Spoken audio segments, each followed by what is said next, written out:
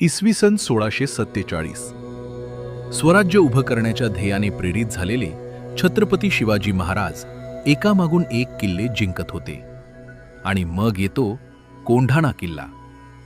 पुण्याजवळचा हा किल्ला अत्यंत महत्त्वाचा, कारण तो जिंकला म्हणजे स्वराज्याची पकड अजून मजबूत. शिवाजी महाराजांनी चतुराईने हा किल्ला ताब्यात घेतला. पण इतिहास इथेच थांबत नाही. इसवी सन 1670 हा किल्ला पुन्हा मुघलांच्या ताब्यात जातो. आणि मग सुरू होते एक अद्भुत लढाई.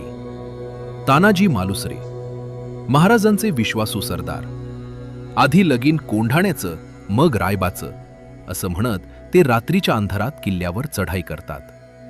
भयंकर युद्ध होतं आणि तानाजी वीरगती प्राप्त करतात. पण शेवटी कोंढाणा जिंकला जातो. महाराज दुःखी होऊन म्हणाले, गड आला पण सिंह गेला.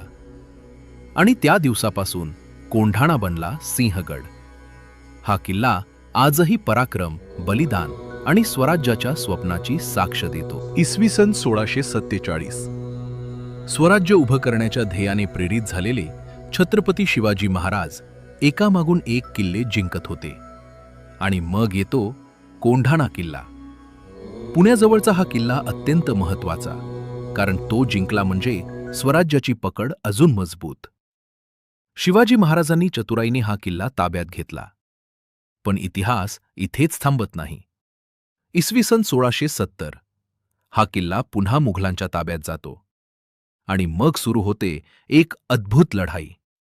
तानाजी मालुसरे, महाराजांचे विश्वासू सरदार, आधी लगीन कोंढाण्याचं मग रायबाचं असं म्हणत ते रात्रीच्या अंधारात किल्ल्यावर चढाई करतात. भयंकर युद्ध होतं आणि तानाजी वीरगती प्राप्त करतात. पण शेवटी कोंढाणा जिंकला जातो. महाराज दुःखी होऊन म्हणाले, गड आला पण सिंह गेला.